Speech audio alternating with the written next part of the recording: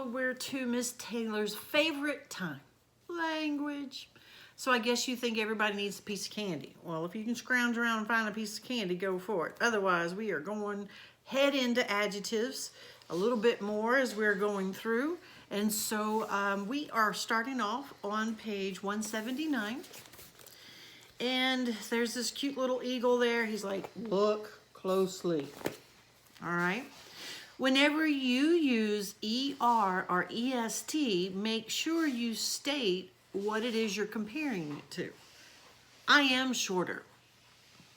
To what? So it's not used correctly. I am shorter than you are. Then that's used correctly. Okay? I am the shortest. Of what? Okay? I am the shortest girl in my class. Now that makes more sense. It says, finish these incomplete comparisons. Natalie's paper was the neatest. Okay? Because it's EST, it's going to be compared to more than two things. So we could say Natalie's paper was the neatest out of the 4th grade class. Okay? These shoes feel tighter than what? Solomon was wiser than who? Okay, so you're given the comparisons. So you'll just complete those at a period at the end and we're good. Now on right C, it's saying to use notebook paper, and I'd like for you to do that. 1, 2, 3, and 4. It says write a sentence using the word longer, meaning you're comparing yourself to one other thing, or an object. Okay, write a sentence using the word biggest. Okay, have 2 or 3 more of what you're comparing it to. Write a sentence using the word wet. Well, that's just the dog came in wet. There you go. 4, write a sentence using the word coldest. Okay, this is the coldest day that we have had in the month of March. Okay. Now, some of these sentences have capitalization or punctuation errors. Circle the C if the sentence is correct. Circle the I if the sentence is incorrect. So that is, remember D on page 179. And since it's a review, I don't think you necessarily need my help on that. Let's see if you can't do it. I know you can do it, Zane. It's whether or not you want to. All right. So think A. We're going to underline the correct word in the parentheses. So I feel like I need to use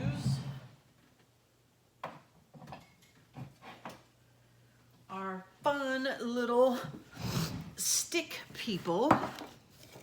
You ready? All right. Dev.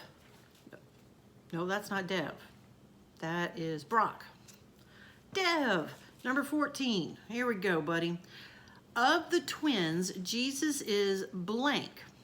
Jason is blank. Smarter or smartest? There's only comparison, him and his twin brother, and the answer would be smarter. Okay, so Brock, I'll go ahead, you do number 2. Mount Everest is the blank mountain in the world. Highest, yes. Number 2. Lily, my puppy is blank than yours. Smaller. Actually, Biscuit is smaller than your dog, isn't it? All right, number 9, John Mark. Lake Michigan is blank than Lake Erie. Lake Michigan and Lake Erie. I'm only comparing 2 of them, so it's larger. Very good. All right, number 3. Maine is the blank state in New England. All right, so 3 is Validia. Maine is the blank state in New England. Now remember our New England colonies? So yes, there's more than 2. So it would be the coldest. All right, number 6. Of the 4 boys in the race, Alex is blank. Violet. Of the 4 boys, there's your key. Okay, he's the quickest. All right, let's see here. Number 13, Ray. Taylor is the blank girl in our class. Well, we got to figure that there's more than just 2 people in our class, right? So Taylor is the youngest girl in our class. Dad's hunting knife is blank of the 2 knives. All right. Juanito. Dad's hunting knife is the sharper of the 2 knives. They tried to trick us there, didn't they? All right. Number 8. Lillian. We're going to read number 9. Of Cameron, Jose, and Austin, Cameron is the blank. How many are they comparing? Yes. Tallest. Number 7. Zane. Of all the coins in my collection, this dime is the blank. Of all the coins. So we're going to make an assumption that he probably has more than just 2 coins in his collection. Otherwise, it's just kind of sad that he thinks he has a collection if he only has 2 coins, right? All right, so of all the coins in my collection, this dime is the oldest. Very good. Okay, we're going to continue on to think B. Make the adjectives in the parentheses fit the sentence by adding the correct spelling. If no comparison is made, then no ending is needed. Okay, so let's go with number 11. Number 11, is that you, Andy? I think so. Read number 1. I don't remember how to pronounce this. I think it's Marianas Trench is one of the blank points in the earth. It's underwater, and it's one of the lowest, L-O-W-E-S-T. Good. Number 12, Kellen. Do the windows look blank now than they did before? So I'm comparing them to present and what they were in the past. Just 2 things. So, do the windows look cleaner? That would be correct. Cleaner. C-L-E-A-N-E-R. Cleaner. Number 1, Ava. Sydney has a blank voice. Now here they're not comparing anything at all. So what is the adjective they used? What kind of voice does Sydney have? A soft voice. Good. And number 10, Alana. Here we go. We're on number 4. What did Jesus say was the blank commandment ever given? And we know Jesus gave how many commandments? 10. All right, so, well, the 10 commandments from Moses, but they came from, yeah, you know where I'm going. Okay, so here we go. What did Jesus say was the greater, or greatest commandment? Greatest, G-R-E-A-T-E-S-T, greatest commandment. All right. 5 through 10, I think you guys can do all by yourself. I have no problem. C is you having to label all the parts of speech.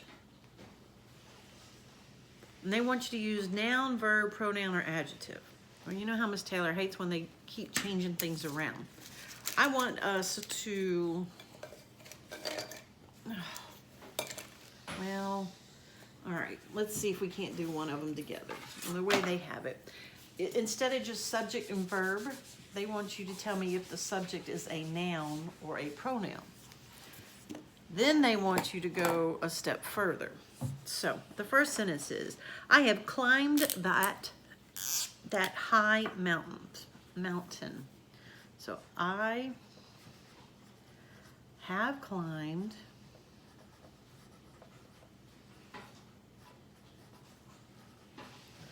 that high mountain. Now, if you want to write that on notebook paper so you have more room to write, I would be very happy with that. So you're completing page 179 and 180, and since you already have notebook paper for Think C on 179, might as well just add this to it, okay? Who or what climbed that high mountain? I. What did I do? Have climbed, okay? So I know that this is my subject. Have climbed is my verb. I'll put my line there. But instead of writing the subject, I'm going to write pro, because that is a pronoun. And here I can just put a V and a V because those are verbs. Now they want us to find any other noun that's in there, and is there any adjectives? What's the other noun that's in here? Yes, mountain. So mountain, you would just put an N. And then we know what kind of mountain was it? It was a high mountain. And what mountain was it? It was that mountain. Wow. You're getting awfully fancy knowing all these parts of speech, aren't you? Okay, so let's see if I can't use a different color here to help us out a little bit. My little Natalie staring at me. I don't think she wants to photobomb, but so anyway, let's do this. Let's make this pronoun. How are you videoing? I am videoing their language. Would you like to say hello? I thought you were live streaming. I'm not live streaming, but I am videoing. So I guess we didn't interest her enough because she just walked away. All right, so here we go. Adjective. I'm just trying to see if this doesn't make it maybe easier to read. So anyway, this is what I'm looking for on that sheet of paper. All right.